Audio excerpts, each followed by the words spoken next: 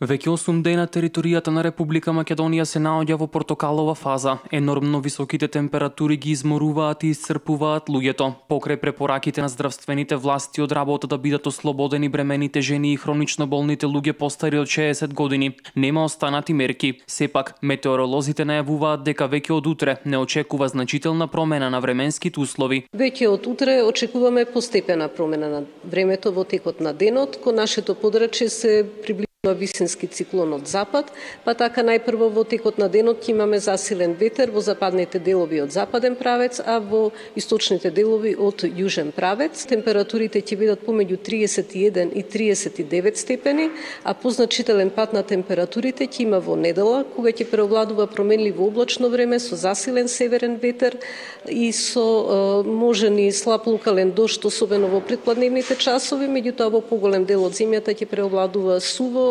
посвежо и ветровито време. Промената на времето има големо влијание кај се поголем број на луѓе, така наречени метеопати, а надлежните велат дека нема посебна терапија со која тоа би можело да се спречи. Појавите кои се манифестираат, тегобите, симптомите кај луѓето најчесто се прво нетипични знаци.